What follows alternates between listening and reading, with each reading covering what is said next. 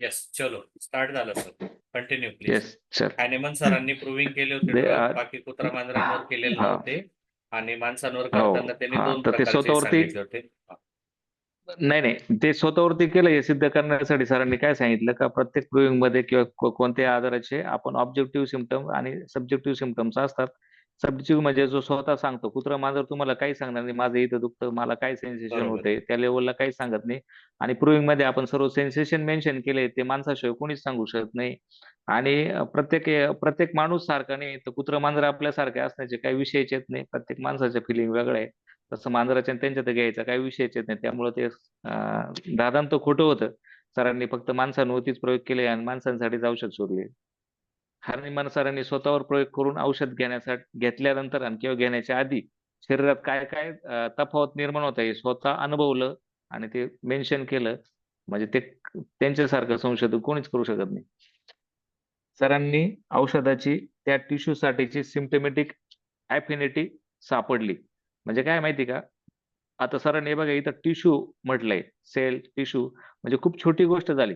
आपण जे सगळीकडे मायक्रो शिकतो ना, पॅथॉलॉजी. हो. इंडिव्हिज्युअलायझेशन, मॅन हा man as individual patient treat करा. पण सरांनी अफिनिटी म्हणजे काय असतं माहिती का, एखाद्या सिम्पटमच्या टिश्यू टिश्यू आजारी झाला किंवा एखादा तुमचा फक्त हँडच जसं सेल्युलायटिस झालंय किंवा डोळाच लाल झालेला आहे, बरोबर नाही, त्याच्या टिश्यू झालेला आहे, बरोबर नाही, त्याची अफिनिटी आणि तुम्ही प्रूव्हिंग केलेले मेडिसिनची अफिनिटी, हे अफिनिटी म्हणजे काय, सिम्पटम, त्याला पण सिम्प्टोमॅटिक अफिनिटी म्हणले. आणि सिम्पटम ज्यावेळेस टिश्यूची अफिनिटी, टिश्यूचे सिम्पटम आणि औषधाची अफिनिटी, औषधाचे सिम्पटम सिमिलर असतात, तेव्हा ते आजार करणं शक्य होतं. आणि आणि ते समजणं आणि ते आजार बरा करण्यासाठी खूप महत्वाचं आहे. म्हणजे त्या आजाराचे सिम्पटम आणि मेडिसिन सिम्पटम, त्यालाच आपण अफिनिटी म्हणतो. आणि मग काय माहिती का, जर आपण इंडिव्हिज्युअलायझेशन करताना मग आता समजा पेशंट आलंय रेड कंजेशन, आईज आहे, त्याचे थ्रोबिंग पेन आहे, लाईट अग्रवेशन होतंय, आणि मग त्याचं माइंड किंवा मग त्याचं इकडं पोट दुखतंय, बाकीच्या गोष्टी, किंवा त्याला झोप लागली का, त्याला स्वप्न पडले का, या गोष्टी विचारण्यात काहीच पॉईंट नाही. कारण आपल्याला फक्त त्या गोष्टीला बरं करणारं, त्या सिम्पटमला अफिनिटी असणारं औषध शोधायचंय. म्हणून आपण त्या गोष्टीवर फोकस केलं तरी आपण ते आजार त्यावेळेस बरा करू शकतो. आणि ही गोष्ट अत्यंत महत्वाची आहे आपल्याला जनरल प्रॅक्टिस करताना किंवा कोणत्याही होमिओपॅथिक प्रॅक्टिस करताना. आपल्याला टिश्यू अफिनिटी कळलं आणि तेवढ्या आजारापुरतं जर कॉन्सन्ट्रेशन करता आलं, म्हणजे काय, एखाद्याचं सरांनी जसं केस टेकिंग मध्ये समजा मेन्सेसचं घेतलंय, तर मेन्सेस तुम्हाला ट्रीट करायचे आहे, तर मेन्सेस बद्दलच्या सर्व गोष्टी जाणून घ्या आणि त्या सिम्पटमलाच महत्व द्या. बाकीच्या गोष्टींना नंतर, जर तुमची केस अटकली, तुम्हाला सॉल्व्ह नाही गेलं किंवा त्याची टोटली कम्प्लीट नाही झालं, तर बाकीच्या ठिकाणी जा. मग आता सर, जसं सर स्वतः 5 ते 7 मिनिटांमध्ये केस घेऊन बरं करता, तसं आपण सकाळी फॉस्फरसची केस बघितली, 2 सिम्पटम. त्याचं कारणच असं आहे का, हाय ते जे महत्वाचं आहे. आणि पेशंट तुम्हाला येऊन तेच सांगलंय, जनरल प्रॅक्टिस मध्ये पेशंट येऊन फक्त तेच सांगतो. तुम्ही त्याचं माइंड आणि पास्ट हिस्ट्री सर्व बसलं तर ते पेशंट निघून जाईल तिथून. आणि मग अशा वेळेस आपली प्रॅक्टिस फेल. आणि मग आपण इतक्या लोकांकडे शिकलेलो आहे, मोठमोठे स्टालवर्ड्स आहे, लाख लाख रुपयाच्या फी भरतो. मग त्याचं सेन्सेशन लेवलला घेऊन जा, आणि मग ते सेन्सेशन बघा, आणि मग ते शोधा, त्याला अर्धा तास केस टेकिंग करा. अरे माझं डोकं दुखतंय, डोकं बरं कर, बाकीचं काय विचारलं नाही का. पेशंट स्वतःहून तुम्हाला डे टू डे प्रॅक्टिस मध्ये येऊन सांगत असेल ना, "अरे डोकं सोडून डॉक्टर सगळंच विचारताय, काय गरज आहे?" आहे का नाही. ते म्हणजे त्या ज्या आता मेडिसिन म्हणजे तुम्ही मॅथमॅटिकल स्टडी करताना वेळी ना, सिम्पटम म्हणजे त्या आजाराबद्दलची अफिनिटी असते. समजा तुम्ही आता समजा ब्रायोनेचे जॉईंट बघितले, तर ते तुम्ही जर आर्थरायटिस किंवा आता त्याची एक्स्ट्रीमिटीज किंवा ते सायनुसायटिस गोष्टी जॉईंट मध्ये त्याचे पेन्स आहे, त्याचे सिम्पटम प्रत्येक मेडिसिनचे वेगवेगळे असतात आणि ते पेक्युलर असतात. ते सेन्सेशन कसं आहे, ते पेशंटला आता समजा, आता मी प्रॅक्टिस करताना काय करतो माहिती आहे का, समजा आता पेशंट आर्थरायटिसचं आहे, समजा आता लेटेस्ट केस सांगतो तुम्हाला. माझी स्वतःची भाची होती आणि तिला चिकनगुन्या झाला मागच्या आठवड्यामध्ये. तर चिकनगुन्या झाल्यानंतर तिचे आधी टेलिफोनिकच केस घेतली मी आणि तिला फक्त पार्सल केलं ब्रायोनेचं आणि एक पल्स तिला पण देऊन ठेवलेली होती. ब्रायोनेचा पहिला डोस घेतला. आता मी वॉटर पोटेन्सी देतो, म्हणजे पुढे गेल्यावर तुम्हाला समजेल L M potency water potency म्हणतो तो. आता बघा, आता सरांनी पुढे तुम्हाला मध्ये दिसेल टिश्यू अफिनिटी म्हणजे, आता समजा ब्राव्हेनियामध्ये किंवा आता समजा तुम्ही लायकोपोडियम कुठल्या आता टीसीडी मधलं बघितलं, मी सांगितलं तुम्हाला 1500 सिम्पटम आहे आणि आपल्याला फक्त तो ब्रायोनिया तुम्ही किंवा आता लायकोपोडियम घेतलं तर त्या पेशंट मध्ये सर्वच्या सर्व सिम्पटम तयार व्हायला पाहिजे ना, नाही होत.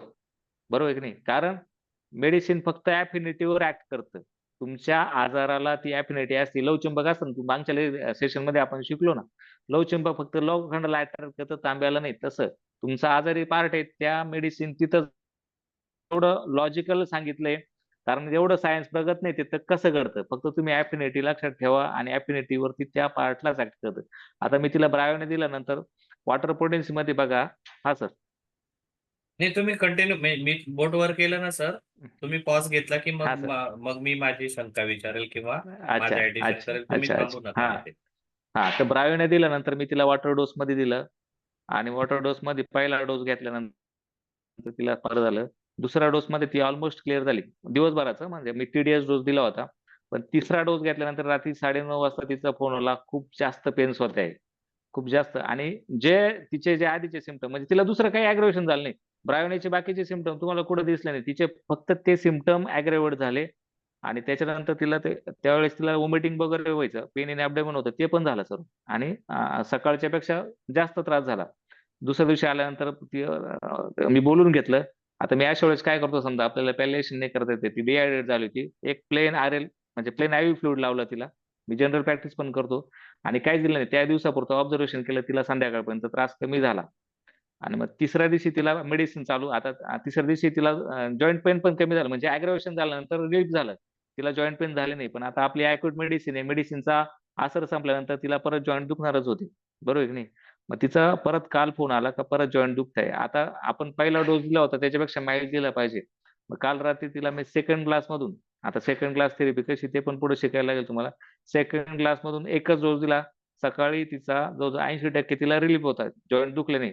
आता कसं आहे, TDS दिलं होतं, म्हटलं आता BD करू, मग रात्री दिलं, सकाळी परत घ्यायला लावलं, दुपारी परत तिला त्रास चालू झाला. पण आता डोस मागच्यापेक्षा माईल्ड होता, सेकंड क्लास मधून होता, तिला 2च त्रास झाला. आता संध्याकाळी तिचा कॉल आला, ती उड्या मारते. म्हणजे तिला चिकनगुन्या कुठं राहिलाच नाही. आणि तुम्ही किती पेन किलर रे, 8-8 दिवस स्टेरॉइड देता. मी बघितलेलं आहे, माझ्या गावामध्ये 3 वेळा चिकनगुन्याची साथ आलेली आहे. 2-2 महिने पेशंटला चालताच येत नाही. ती तिसऱ्या डोस मध्ये, आता मी तिला काय आहे, आता तिला फक्त OD किंवा अल्टरनेट डे ब्रायोनिया देणार आहे, सेकंड क्लास मधून देणार आहे. म्हणजे सांगायचं काय आहे का, तुम्हाला अम्ब्युलरेशन किंवा अॅग्रवेशन झालं, अॅग्रवेशन व्हायलाच पाहिजे. अॅग्रवेशन झालं म्हणजे तुमचं मेडिसिन परफेक्ट आहे. ते फक्त तुम्हाला बऱ्याच वेळा आपण त्रास झाला का बंद करतो, दुसरं मेडिसिन शोधतो, तसं करायचं नाही. ऍक्च्युली ते अॅग्रवेशन झालं का तुमचा डोस किंवा रिपिटेशन फ्रिक्वेन्सी गडबड आहे, ती कमी करा. तुम्ही वाट बघा, तिचे सिम्पटम जाऊ द्या, परत थोडा डोस देऊन बघा, मग BD करा. जसं मी आता TDS दिलं होतं, BD केलं, आता मी OD किंवा अल्टरनेट देते.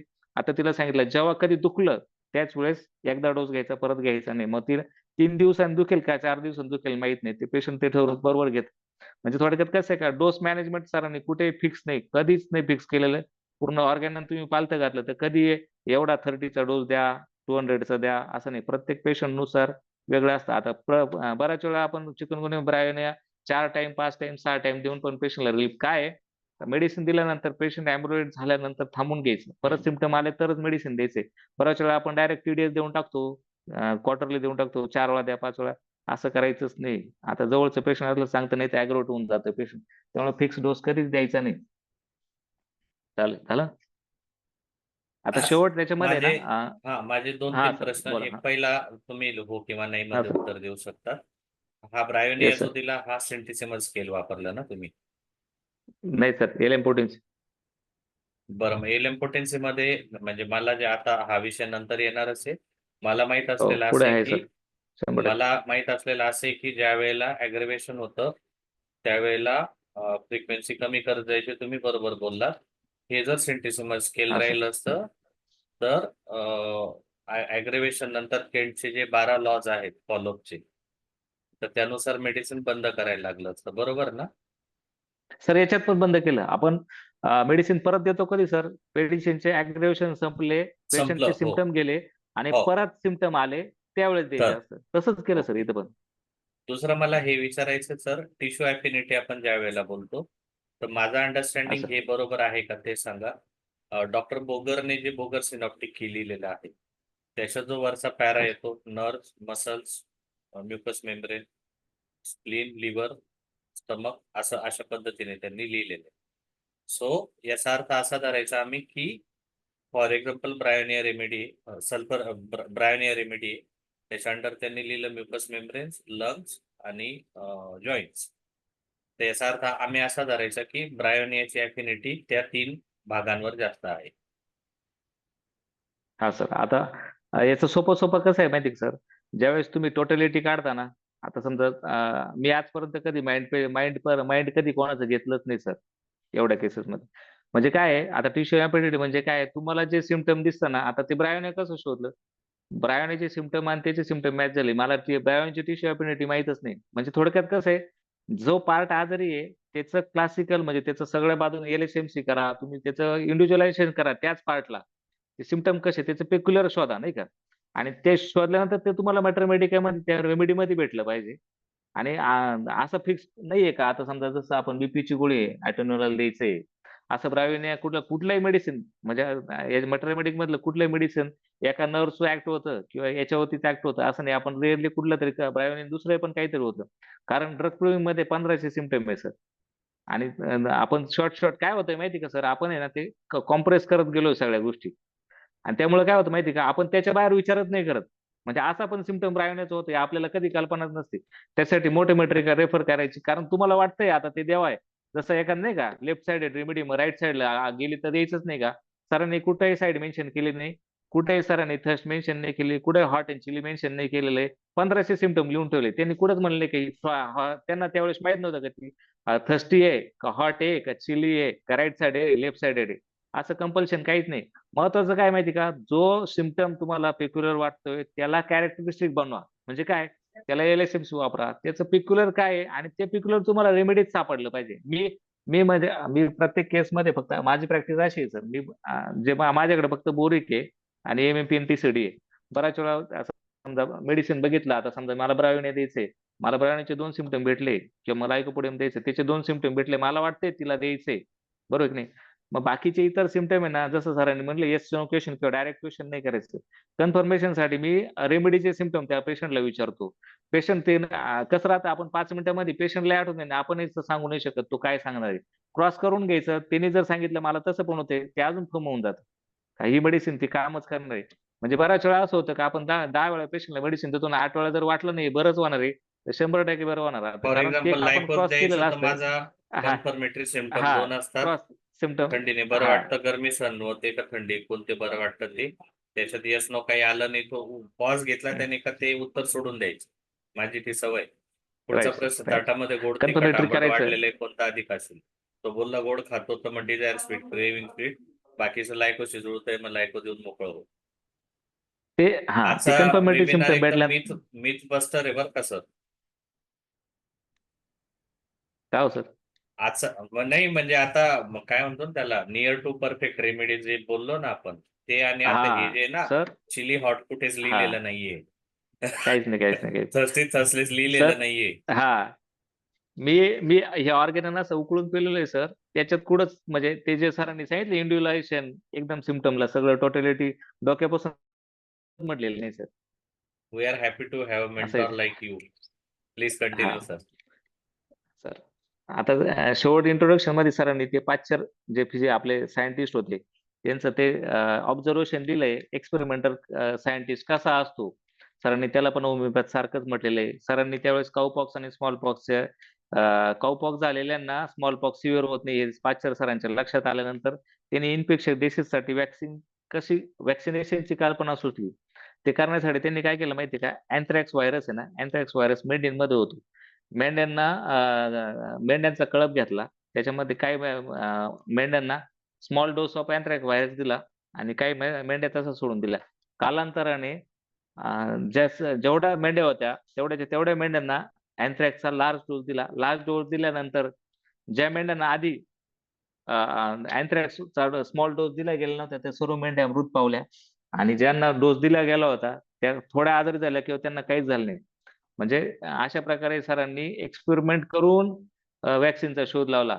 पण मग हे फक्त एक्सपेरिमेंट बेसवरच आहे. म्हणजे सरांनी इथं उदाहरण का दिलंय का, हे तुम्ही पाश्चरला विचारलं का वॅक्सिन कशी शोधली, त्यांनी एक्सपेरिमेंट करून शोधली ना, त्याच्या मागे लॉजिक काय आहे, जे दिसतंय ते मांडलंय. तसं हनीमन सरांनी पण जे दिसतंय ते मांडलंय. त्याच्या खोलात जाऊन कुठंतरी मॅटरियलिस्टिक कन्सेप्ट आणत बसलं तर होमिओपॅथी शोधणंच, कारण तेवढं सायन्स किंवा तेवढी आपली प्रगतीच झालेली नाही म्हणून ते सापडलेलं नाहीये. आणि म्हणजे त्यामुळं हनीमन सरांनी एक्सपेरिमेंटल सायंटिफिक एक्सपर्ट त्याचा प्रवर्तक फक्त हनीमन सरच असू शकत्या. आणि त्याच्या बेसिसवर सिम्पटम्स सिम्युलेटिव्ह आधारलेली मेथड हीच खरी क्युरेटिव्ह म्हणजे बरं करणारी मेथड हे जगाला दाखवून दिलं.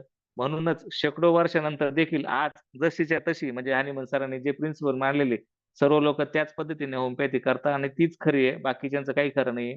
आणि बाकीच्या सगळ्या सिस्टीम बदलल्या पण होमिओपॅथी अजूनही बदलली नाही. त्याचं कारणच ते. अशा पद्धतीने इंट्रोडक्शन संपलंय सर जेम्स क्रॉसचं.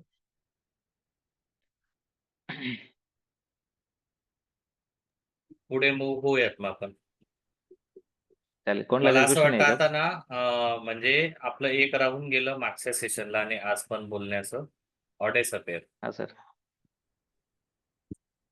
ऑर्गॅनची सुरुवात काय त्या सर 2 मला वर्डने झालेली. ऑडेस अपेअर. Dare to be wise. मला हा वाईज म्हणजे काय सर मग? तर डेअर त्याचा टू बी अर्थ असा आहे वाईज. म्हणजे हां, वाईज हां. म्हणजे हा हा डेअर म्हणजे हिंमत नाही का? बरोबर ना? आपण म्हणजे असं काहीतरी चांगलं गोष्ट किंवा चांगली गोष्ट सांगण्यासाठी तेवढी हिंमत लागते आणि त्याच्यावर आपण ठाम राहिलं पाहिजे. ठीक आहे. डेअर कारण टू बी चांगल्या गोष्टीला वाईजला नेहमी एवढं विरोध होत. लक्षात ठेवा, हा आपल्याला हे माहिती होतं ऑडेस अपेअर हा म्हणजे डेअर टू बी वाईज. हा डॉक्टर हॅनेमनच्या हा. काळामध्ये ॲलोपॅथीला कंडेम करून नवीन सायन्स एक्सपेरिमेंटवर आधारित हो. असलेलं हा, ते आणि त्याला जगासमोर आणणं तेवढी म्हणजे हो, हिंमत लागते तेवढी त्याला. हिंमत त्यांनी दाखवलेली होती. तर आजही ज्यावेळेला जसं कोविडच्या काळामध्ये ना आपल्याला अलाउड नव्हतं as a first line treatment म्हणून. बट दॅट वॉज द हो. Right of the patient to refuse allopathy and choose homeopathy as first line treatment. आजही सर बरोबर? त्यांच्या इतकी हिंमत कोणत्याच होमिओपॅथी मध्ये नाही. आपण घाबरतो म्हणजे जनरल प्रॅक्टिस हां, का हां. करतो? यार होमिओपॅथीत रिझल्टच नाही. तुमच्यात हिंमतच नाही ना. असं बरोबर. आहे. आणि ते म्हणजे ते पहिलंच वाक्य आपण खोडून टाकलेले बाकीचं पुढचं सगळं लांबच आहे नाही. चालेल सर. फर्स्ट ॲफोरिझम स्टार्ट करा मग आता. फर्स्ट ॲफोरिझम चालेल सगळ्यांना तोंडपाठ सर. असेल. आता मी मराठीतच सांगतो सर. फिजिशियनचे ते फक्त रोग्याचं हेल्थ पुन्हा जसे होते आधी तसे करून त्याने आपण त्यालाच क्युअर असे समजतो. एवढंच सांगितलेलं सरांनी. आता त्याच्यामध्ये फुटनेट दिले सरांनी खाली. त्याच्यामध्ये काय म्हणले? फिजिशियनचं हे ध्येय हे कुठल्याही अशा सिस्टीमवर आधारलेलं नसावं. म्हणजे कोणती सिस्टीम? जी सिस्टीम वायफळ अंदाजावर म्हणजे अंदाजांवरती आहे, कुठल्या तरी गृहीतक म्हणजे एखाद्या व्यर्थ प्रिन्सिपल वरती अवलंबून आहे आणि शरीरात चालणाऱ्या व्हायटल प्रोसेस व शरीराच्या आत जे दिसत नाही म्हणजे इनविजिबल जे ऑर्गॅनिझम आहे त्याला शोधण्यात वेळ खर्च करते. जे त्या काळातले होमिओपॅथी ॲलोपॅथी करायचे. आणि आजपर्यंत खूप टॅलेंट लोक होते. अशा लोकांनी तो जो कशाने घडली आणि ते शोधण्यातच वेळ वाया घालवला. जसं आपण कोविडमध्ये पण जास्त करून संशोधन काय झालं, तो व्हायरस काय आहे आणि त्याचं काय आहे त्याच्यातच वेळ गेला. ट्रीटमेंट तर भलतीच राहून गेली. तसं आहे. त्या हे अशा अनगणित स्पष्टीकरण देताना आपण आजाराची घटना कशी घडली, त्याचं कॉज काय आहे, त्याच्या जवळपास जाण्याचा प्रयत्न करत बसलो आणि त्याला माहित माहित नसलेलं नाव देत बसलो. जसं कोविडला दिलं आणि त्याचा मोठा बाऊ करून फुगून सांगत बसलो, दाखवत बसलो जगाला. त्याने त्या आजारी किंवा त्या रोग्याला काय फायदा झाला? त्या रोगाची व्यथा तशीच राहिली. त्याला त्याच्यातून काहीच फायदा झाला नाही. तो मदतीच्या किंवा बरा होण्याच्या प्रतीक्षेतच राहिला. आणि हे फक्त थेरॉटिक नावे देत बसले ज्यासाठी आपण आणि त्यांनी त्याच्यासाठी इन्स्टिट्यूट किंवा प्रोफेसरशिप मोठमोठे नावं दिले. संशोधन आपण याच्यामध्ये समजा व्हायरोलॉजी येते इन्स्टिट्यूट काढले त्याला मोठमोठे प्रोफेसर नेमले आणि त्यांना त्याच्यातच धन्यता वाटली. पण जो रोगी आहे, जो आपला मेन उद्देश आहे त्याला बरा करण्यात कोणालाच स्वार्थ नव्हता. आणि तो बरा झाला का नाही कोणी बघितलंय नाही. आणि मग अशा लोकांनी स्वतःला फिजिशियन बनवणे आणि जगाची फसवणूक थांबवावी असं फर्स्ट अप्रोच मध्ये हनुमान सर सांगतात.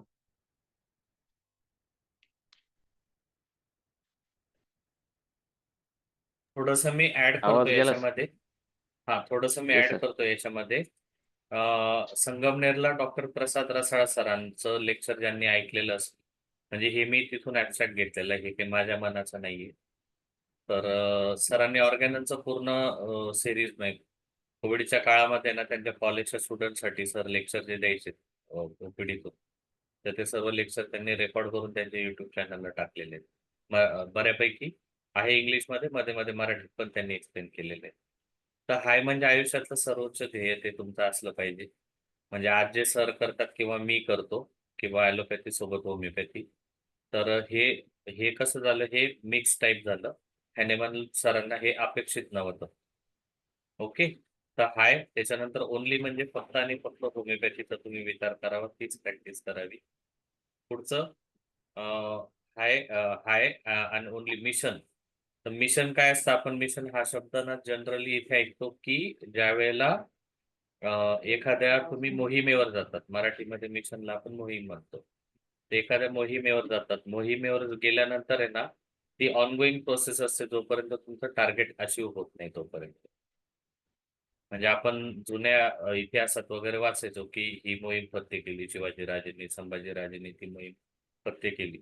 तर जी व्यक्ती मिशनवर असते, जी व्यक्ती मिशनवरून निघते किंवा मिशनरी वाले जे लोक येतात ख्रिश्चन समाजामध्ये, तर ते मिशनरीचे लोक त्यांचं तन मन धन पूर्ण आयुष्य त्या मिशनरीसाठी देऊन टाकतात. तर हॅनेमन सरांना हे अपेक्षित होतं किंवा आहे की तुम्ही त्या पद्धतीने तुमचं पूर्ण आयुष्य होमिओपॅथीसाठी वाहून दिलं पाहिजे. That's all sir. पुढचं पण. हा सर, याच्यात एक ऍड करतो. जसं तुम्ही म्हटले आपण ऍलोपॅथी करतो, होमिओपॅथी करतो. तुम्ही ऍलोपॅथी करताना पण ध्येय पाहिजे आणि प्रामाणिकपणा पाहिजे, जे आजकाल कोणीच करत नाही. म्हणजे तुम्ही आता जसं मी मागच्या लेक्चर मध्ये सांगितलं, तुम्हाला तुम्ही डेंग्यूला फालशिकू देताय, तुम्ही का देताय तुम्हाला पण माहित नाही, तुम्हाला पटलेलं नाही पण तुम्ही देताय. मग त्याचं रिझन अनेक असू शकता, पैशासाठी देता किंवा मग समोरचा फिजिशियन देतो म्हणून मी देतोय. म्हणजे ते मिशन आणि मिशनचा अर्थ कसा आहे माहिती का, मिशन चांगल्या प्रकारे पण असू शकतं आणि वाईट प्रकारे. जसं जिहादी लोक किंवा आतंकवादी, त्यांना पण देवाने त्यांनी पण एक मिशन ठरवलेलं आहे, पण ते लोकांचा नाश करण्यासाठी आहे. आणि आपण स्वतःला फिजिशियन म्हणून घेतो, तर आपलं मिशन नेहमी त्याचं कल्याण करण्यास. फक्त फिजिशियनचं कार्यच तेवढं आहे, रोग्याचं कल्याण म्हणजे पेशंटचं कल्याण कशात आहे ते बघा. मग तुम्ही महत्वाचं काय, तुम्ही ॲलोपॅथी करता का होमिओपॅथी करता, पण याच्यामध्ये पेशंटचं कल्याण पहिलं बघितलं पाहिजे आणि त्यालाच फिजिशियन म्हटलं पाहिजे.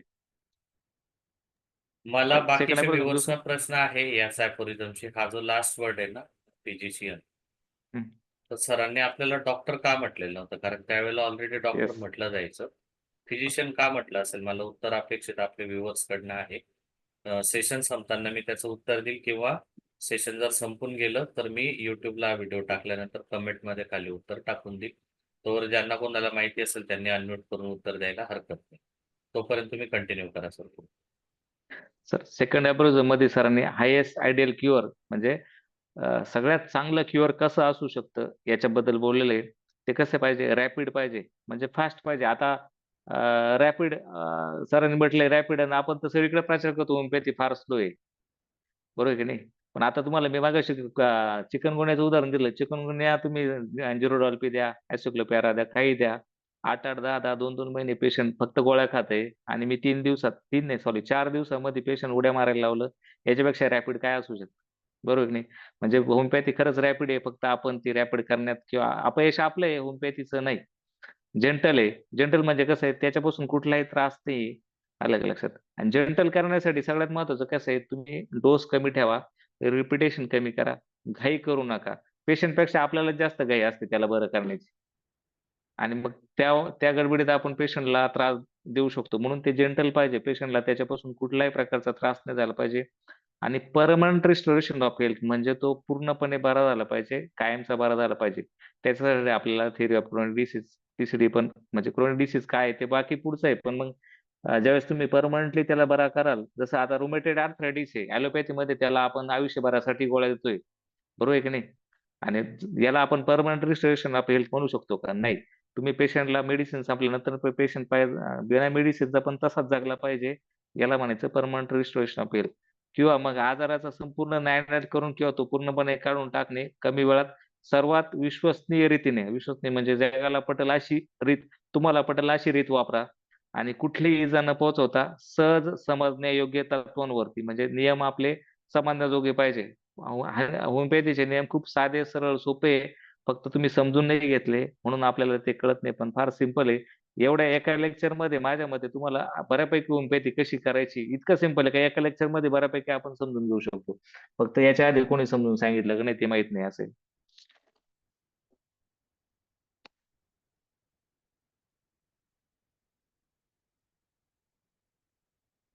तर तिसरा घेऊ. ओके. टाका सर. थर्ड अॅपोरिझम मध्ये सर. हो, ओके. जर फिजिशियनला डिसीज मध्ये काय बरे करायचे म्हणजे स्पष्टपणे समजले, म्हणजेच डिसीजचा प्रत्येक वैयक्तिक प्रकरणात प्रत्येक केसमध्ये त्या रोगाबद्दलचे पूर्ण नॉलेज पाहिजे. त्याचे आहे आणि जर त्याला देणाऱ्या औषधाची क्युरेटिव्ह पॉवर जे आपण त्या पेशंटला प्रिस्क्राईब करतोय, त्या औषधाचं पण पूर्ण नॉलेज पाहिजे. तो काय बरा करू शकतो, कसं बरा करू शकतो, त्याला त्या औषधाच्या क्युरेटिव्ह शक्तीचे ज्ञान असले पाहिजे आणि स्पष्टपणे परिभाषित केलेल्या तत्वांशी म्हणजे प्रिन्सिपलशी कसं जुळवून घ्यायचं. म्हणजे सरांनी जेवढं ऑर्गनमध्ये जे दिलंय, त्या प्रिन्सिपलला जुळवून घ्यायचंय. ते प्रिन्सिपल आपल्या पद्धतीने वळवायचे नाहीये. त्या प्रिन्सिपल नुसारच वागायचंय. आलं का लक्षात? आणि हे ज्याला समजले असेल त्याच्याकडून आजाराची रोग्याची रिकव्हरी 100% होणार, म्हणजे होणार. रोगी रोगमुक्त होणारच असं सरांनी सांगितलंय. पण त्यासाठी काय करायला लागेल? Most suitable medicine, most suitable, most appropriate medicine, exact नाही. इथं सरांनी परत जाऊन तुम्ही अप्रिझम वाचा, अंडरलाईन करा. मोस्ट सुटेबल म्हटलेलं आहे, एक्झॅक्ट नाही. त्या केसनुसार म्हणजे प्रत्येक त्या केसनुसार म्हणजे मोस्ट सुटेबल सगळ्याच्या सगळ्या केसला नाहीये. म्हणजे डायरियाची केस आहे म्हणजे एकच सुटेबल आहे, सर्वांना देत सुटायचं असं नाही. त्या केसनुसार योग्य पद्धतीने म्हणजे राईट पद्धतीने बनवलेली पाहिजे, व्यवस्थित बनवलेली पाहिजे, योग्य डोस मध्ये गेली पाहिजे, योग्य वेळेत रिपीट केले पाहिजे. जसं मागे सांगितलं, रिपिटेशन चुकलं तरी पेशंटला त्रास होणार आहे. डोस तर तोच होता एल एम फक्त रिपिटेशन चुकलं म्हणून पेशंटला त्रास झाला. करणे आवश्यक आहे. तसेच त्याला रिकव्हरीसाठी त्या केसमध्ये काय काय अडथळे आहेत, ऑब्स्टेकल्स काय आहे, याचं देखील ज्ञान असलं पाहिजे आणि ते कसे काढायचे याचं देखील ज्ञान असलं पाहिजे. जेणेकरून आपण त्या रोग्याची हेल्थ परमनंट रिस्टोर करू शकतो. तरच आपण असे समजू की त्याला म्हणजे फिजिशियनला रोग्याला न्यायपूर्वक व तर्कशुद्ध पद्धतीने म्हणजे ज्युडिशियली व रॅशनली ट्रीट करायचं समजलं आहे. आणि मग तोच खरा हेल्थ हिलिंग आर्ट म्हणजे आपण त्याला होमिओपॅथी म्हणतो, त्याचा प्रॅक्टिशनर आहे असं समजू शकतो. ओके. थोडंसं ऍड करतो. इझिली हा कॉम्प्रेन्सिबल सर. प्रिन्सिपल आहे ना, याचं जर का म्हणजे याचे रेफरन्सेस पुढे येणार आहेत, पण आपल्याला पहिले जे 3 अफोरिझम आहेत ना, हा सर. तर पहिल्या 3 अफोरिझमला हम्म. पूर्णच्या पूर्ण ऑर्गॅनन कनेक्ट करत राहावं लागेल. प्रत्येक येस वर्डसाठी सर. पुढे कसं त्याचा रेफरन्स येणार आहे. तर अफोरिझम नंबर 22 वर आहे. लास्ट लाईन जर कोणाला उघडता आली तर बघा. Certainly and permanently removed and changed into health by similar or opposite medicinal symptom has a tendency to produce similar or opposite symptom. तर इझिली कॉम्प्रेन्सिबल प्रिन्सिपल याचा अर्थ प्रॅक्टिकल, आपलं प्रॅक्टिकल ऑर्गॅनचा विषय चाललेला आहे ना. एखाद्याला कणकणात ताप आहे, you doesn't need to give medicines all the time.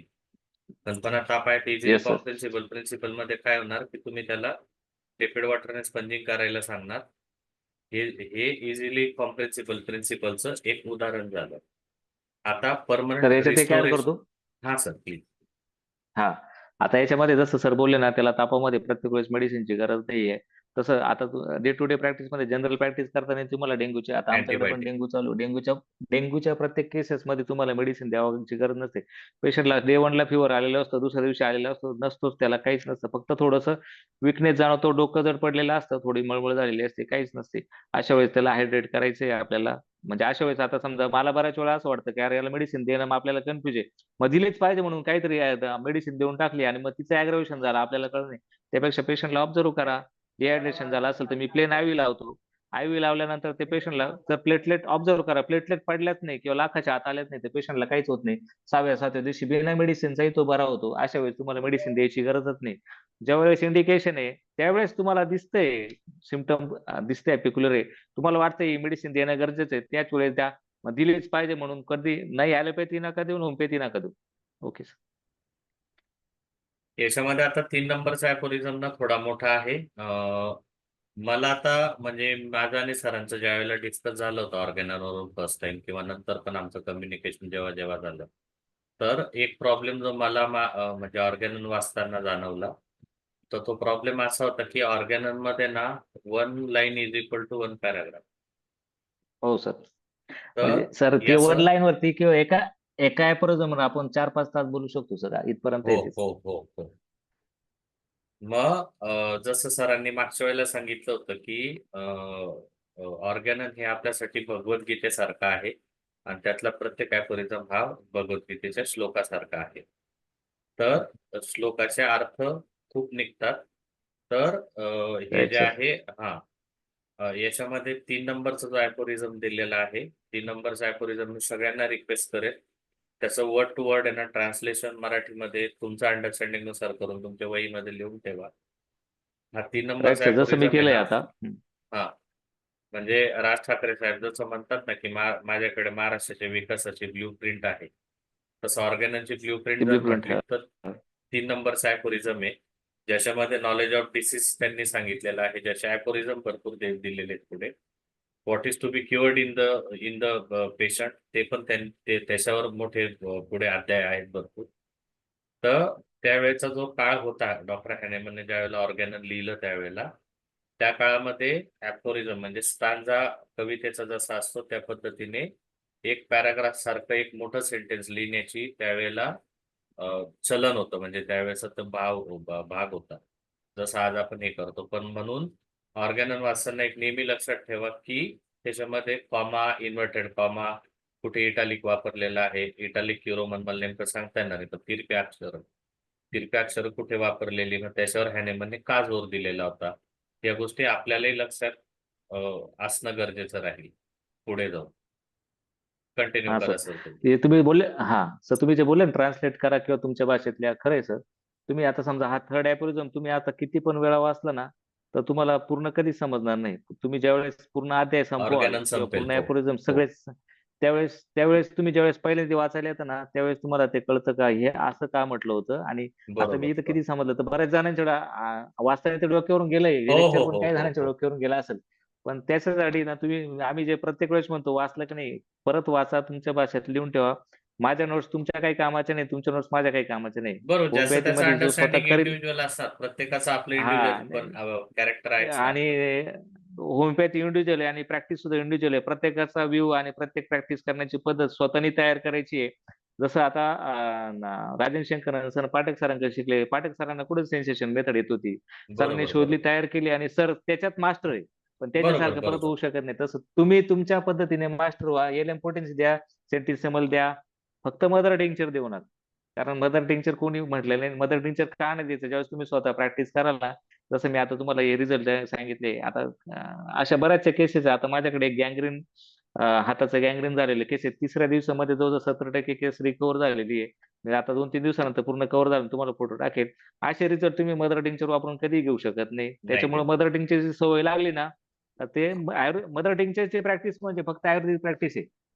अलग लक्षात. त्याच्यामध्ये त्यांचे सिम्पटम फिक्स असतात, पण ते आहे ना, जसं ॲलोपॅथी आयुर्वेदिक करतो तसं ते क्रूड फॉर्म मध्ये त्याचं आणि पोटंटाइज मेडिसिन मध्ये फार फरक आहे. मटेरियल आपण ते डोसेस. मदर टिंक्चरच्या मटेरियल डोस मध्ये जातो. मदर टिंक्चरची प्रॅक्टिस करायला लागल्यावर तुमची इकडे हिंमत कधीच होणार नाही. सुरुवातीला 10 केस पैकी एक जरी बरी झाली ना, पण त्यावेळेस तुमचा आकडा जसं वाढत नाही तेव्हा तुम्ही प्रॅक्टिस डेव्हलप कराल. प्रत्येकाची प्रॅक्टिस करण्याची पद्धत 100% वेगळी असते. बागल सर जसं करतात तसं मी करू शकत नाही. मी करतो तसं बागल सर करू शकत. प्रत्येकाने बरोबर. डेव्हलप झाल्याशिवाय होमिओपॅथी बनूच शकत नाही. एवढं पहिलं एकदम काळ्या दगडावरची पांढरी रेघ आहे. माझं प्रत्येकाने पण लोकांना हे ऑर्गेनल सांगा वाच. राहतं सर, शिका हा. सर्वांकडून. कोणालाच फॉलो, तुमचं म्हणजे शिका सगळा फॉलो हा कोणालाच करू नका. बरोबर, शिका सर्वांकडून. तुम्हाला तुमच्या प्रॅक्टिस मध्ये जे रिझल्ट देताय ना ते खरं ज्ञान आणि तेच खरे रिझल्ट. तुम्हाला जे राईट. योग्य वाटतं ते घ्यायचं, जे तुमच्या मनाला पटत नाही ना ते उगाच इम्प्लिमेंट करू नका. म्हणजे बरोबर कोणाचंच नाही, सर. अगदी चढायला. माझं पण नाही किंवा हो. सरांचं पण नाही किंवा कोणाचंच नाही. तर काही शेवटचे ड्रायव्हर 2 चढायला मिनिटं राहिलेले. शेवटचे 2 मिनिटं ठीक आहे. राहिलेले. सर, त्यात एक सांगतो सर, जे आइलमेंट्स आणि जे पॉझिटिव्ह एजंट आहे त्याच्याबद्दल कन्फ्युजन होतं. ज्यांनी मला प्रश्न केला ना, त्यांनी उद्या विचारून मी परत विस्तृतपणे त्यांच्याशी चर्चा करतो. त्यांना एक्झॅक्टली काय नाही कळलंय ते. एवढ्या कमी वेळात ते कोणाचे काही सांगणं त्यांना प्रश्न असतील कळलं तर नाही. अनम्यूट करून प्लीज विचारून घ्या पर्सनल. आजच्या सेशनशी रिलेटेड. ओके. तोवर मी माझं उत्तर देतो. कोणीतरी अनम्यूट करा, ते बोलायला लागले की मी थांबतो. फिजिशियन का म्हटलं आणि डॉक्टर का नाही म्हटलेले याचं उत्तर मला ते रसाळ सरांच्या व्हिडिओतनं मी जेव्हा बघितलं ना, तेव्हा मला ते कळलं उत्तर की असं का म्हटलेलं होतं आपण. तर फिजिशियन आहे ना हा head to toe including mind याचा विचार करत असतो. आणि डॉक्टर जो असतो ना त्याचा अप्रोच हा आजाराकडे बघण्याचा असतो, स्पेशलाइज असतं. रोग्याकडे बघण्याचा राईट. नसतो. हॅनेमन सरांनी जे सांगितले ना, रोगीला बघा, रोगाला बघू नका. डॉक्टर हा रोगाला बघतो, पण फिजिशियन हा रोग्याला बघत असतो. तर हा एकदम सटल डिफरन्स आहे फिलॉसॉफिकल याच्यातला हॅनेमन सरांचा. चला, मला वाटतं बाकी सगळ्यांना काही प्रश्न पडलेले दिसत नाही आज. मीटिंग एंड करायची का? चॅट बॉक्स मध्ये टाका किंवा अनम्यूट करून सांगा. चालेल. Okay okay.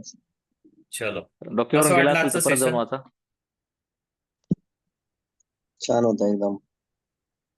हे जे मिथ बस्टर आहेत ना, की हॅनेमन सरांनी हे नाही लिहिलेलं, सिमिलिमम नाही लिहिलेला एक्झॅक्ट किंवा चिली हा बोला. अॅक्यूट केसेसमध्ये डिझायर अव्हर्शन, चिली, हॉट पेशंट म्हणजे हे कितपत घ्यायचं ना. विचारलं नाही, घ्यायचं म्हणजे कसं आहे माहिती का, ते त्या केसला किती वेटेज आहे त्या गोष्टीचं इंडिव्हिज्युअलायझेशन करण्यासाठी आपण सगळ्या या गोष्टी परत वापरतो, पण तेच घेतलं पाहिजे किंवा ते नसलं तर काय करायचं असं नाहीये. फॉर एक्झाम्पल सल्फर आहे ना, हॉट म्हणून रेमेडी ओळखतो आपण आणि नक्सोमिकाला चिली म्हणून ओळखतो. पण चिली आहे म्हणून सल्फर द्यायचं नाही, हे करू नका. द्यायचं नाही, इंडिकेशन असल्यावर द्यायचं.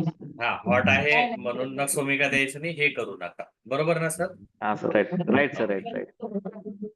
सर्व पेशंट मध्ये सर्व सिम्पटम एका वेळेला कधीच मिळत नाही. आमचा एक मित्र होता कॉलेजला, तो जाता येता कोणतेही मेडिसिन खाऊन घ्यायचा.